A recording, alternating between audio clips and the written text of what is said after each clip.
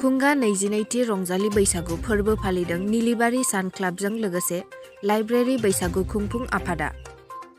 चिरां जिल्ला निलिबारि गामिनि गेलेग्रा फोथाराव खुंगा 22थि रंजालि बैसागु फोरबोजों लोगोसे गोजाम बोसोर संक्रान्तिखौ बिदाय होनाय फालिदों आरो गाबोन गोदान बोसोर बैसागु फोरबो हाबाफारिखौ निलिबारि सान क्लाबजों लोगोसे लाइब्रेरि बैसागु खुंफुं आफादा खुंनो लानाया जागायबाय। दिनैनि मेहेरगोनां हाबाफारिया फारियै फुंनि 7 रिंगायाव चन्द्रमोहन ब्रह्मनि दैदेननायजों गोजाम बोसोरखौ बिदाय होनायजों जग्य सावनाय हाबाफारिया जागायो।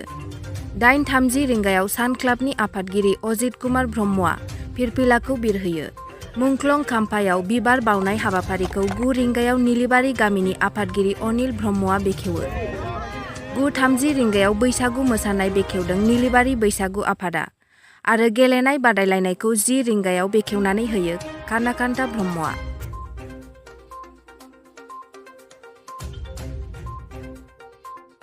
बर'सा आरो नोंथांमोननिसिम गाहाम हामलायनाय गिबियाव जासिगोरबाय आरो गोजोननाय जासिबाय। निलिबारि सान क्लाब आफादा बोसोरफ्रोमबो साननैनि हाबाफारि लानानै जों मोनसे बे बैसागु फोरबोखौ खुंबोबाय थानाय जादों। बे बैसागु फोरबोखौ जों साननै अर्थात सैत्र मास जोबनाय सान आरो बैसाग से सान बेवहाय जों खुंनाय जायो। दा बेहाय खुंनायनि जा मोनसे उद्देश्य दङ, बे उद्देश्यनि गेजेरजोंनो जोङो जे माखासे हाबाफारि लानानै बे साननैखौ जों गाजा गोमजायै खुंफुंनाय जायो। दा जों दिनै सैत्र मास जोबनाय संक्रान्ति बे सानाव जोङो गिबि हाबाफारि बायदियै जों इसोरनि यज्ञनि हाबाजों जोङो जागायजेनबाय।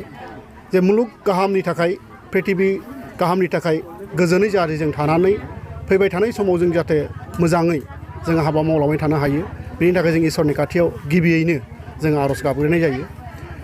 बेनिफ्राय जे जोङो बेयावनो आरोबाव जों मोनसे मुंख्लं हाबाफारि एबा रुंसारि हाबाफारिबो जों लानाय जायो।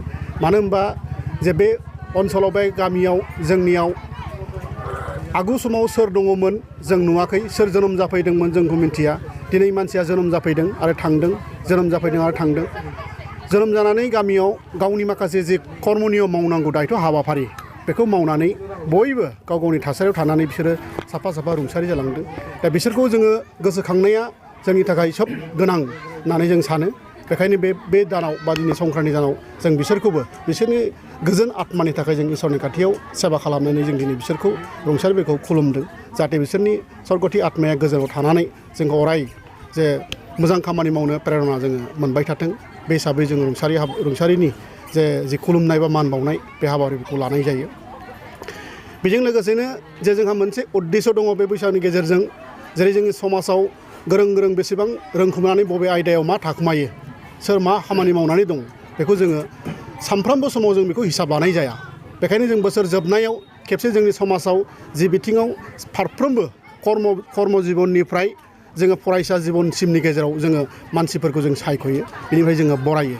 जेरै हमना ला जोङो मेट्रिक पास जानाय गथ'फोरखौ दिनै जों गोदान बोसोरनि थाखाय बिसोरखौ बरायगोन आरो जोङो बिसोरनो इयुनाव दावगालांबाय थानायनि थाखाय जों मोनसे बोर एबा आसिरबाद जों बेखौ जोङो लागोन। बेबायदिनो जोङो BA पास बा MA पास जेसेबांखि फरायनाया गोजौ थाखोआव जों गाखोलांदों, बिसोरखौबो जों दिनै मान होगोन।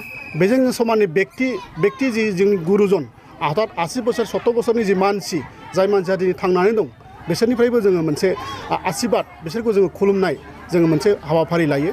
जायनि जोङो मोनसे समाजा मोजां मोनसे समाज भद्रनि लामाजों थांनो हायो, बिसोरनि आदर्शफोरखौ लानानै जोङो आवगायलाङो। बेजोंनो जोङो मोनसे फरायसा आफादखौबो जोङो गामियावनो मोनसे थुलुंगाखां जोंनाव बान्थाफोर दङ।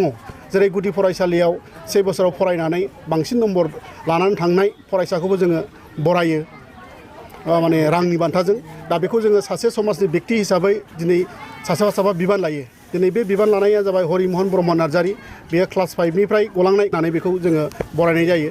थिग बिदिनो मेट्रिक पास जानाय जोंनि बांसिन बे ओनसोलावल' बा गामियावल' बांसिन नम्बर लानानै जे फरायनाय फरायसा, बेखौ दिनै बानेस्वर गोसोखां रां बान्था हिसाबै बेखौबो जोङो बै बेक्तिनो जोङो होनानै जोङो बरायनाय जायो। जाहाथे उननि थुलुंगायाव बिसोर आरोबाव साबसिनै दावगालांनो हायो, बिनि मोनसे दावगाफु हिसाबै जोङो बिसोरनो मोनसे प्रेरणा एबा जों लामा दिन्थिलांगासिनो दं बे जोंनि मोनफा मोनफा आदर्श दा बेबायदिनो जोङो बिनि खर्मनि गेजेरजोंनो जाहाथे जोङो मोनसे एख्रुथि भाबै जों गोजोनै थालायनानै समाननि मोनफ्रोमबो खर्मफोरखौ मावलांनानै जों जाहाथे खौसेथि थालायनो हायो अनलायनो हायो गावजों गावनि माबा मोनसे सैलायै रागा गाज्रि भाव आखल आखुफोरखौ जायखौ जोंनि समाजाव नाङा बेफोर समाजखौ जाहाथे नागारलांनो हायो बिनि थाखाय जों मोनफा मोनफा बिसोरनो जोङो गोदान मोनसे हाबाफारिजों जों गथ'फोरखौ जावग्रिखांहोनो जों सेस्था जों जेब्लायबो खालामनाय जायो आरो बेखौनो जोङो बे साननैनि हाबाफारियाव जों बेबायदियैनो जोङो खुंफुंबोबाय थानाय जादों आरो बे उद्देश्यनो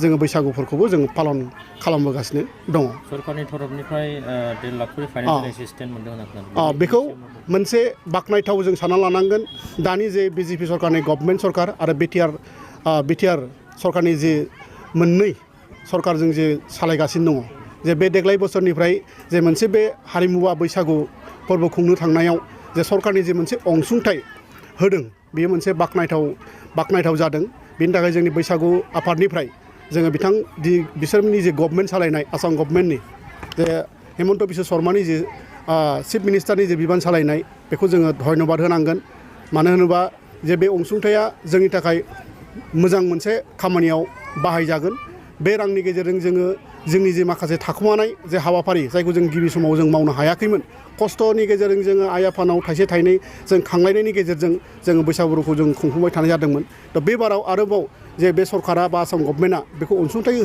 होनानै जे जोंनो मोनसे माखासे जे मावनांगौ जे हाबाफारिफोर दङमोन जोङो बेखौ जोङो मावनायाव जोबोद सहाय होदों बा समाय मोन्दों बिनि थाखाय जोङो आसाम सरकार आरो बिटिआर सरकारखौ जों रोजा रोजा साबायखर जों जासिबाय आसा खालामदों जे दहाय बुंनाय बायदि जे जोंनि सिलभार जुबिलिया फैगासिनो दङ दा बे सिलभार जुबिलिखौ जों जाहाथे मोजाङै जों मोनसे गाजा गोमजायै जों ग्ल'रियास भाबै जों खुंफुंनो हायो जोंनि जे माखासे गिदिरथार मोनसे जे उद्देश्यखौ जों बै समाव जाहाथे जों जाफुंसार होनो हायो बेनि थाखाय जों उननि समावबो सरकारा जोंखौ बेबायदि अनसुंथाइ होगोन आरो जोंनि समाजनि बेक्ति गोरों गोरा जाय बिबानाव दङ बेफोरखौ जोङो सहाय होगोन आरो जोंनि खावलायनाय बायदियै जायखौ जों हांख्रायगोन बिथांमोनहा बाहागो लाफैनानै बै समाव जोंखौ जोंनि जे साननाय बेखौ जाफुंसार होफैगोन बेखौ आङो दिनै हामलायबाय आरो जोबथारनायाव आङो बयखौबो आङो दिनै बे सारा आसामावनो गिदिर बैसो गोनां मानसिखौ बे बैसोनि बे नोंथांमोननि मिडियानि गेजेरजों आङो बुरै आरो बोराय बैसोगोरासिमखौ आंनि गुग्रुब खुलुमनायखौ आङो जासिहरबाय आरो बे सारा आसाम एबा सारा भारतनिनो आंनिफ्राय दुइसिन उन्दै अनजालु फरायसाफोरखौबो आंनि अननाय आरो सिबिनायखौ आङो जासिबाय।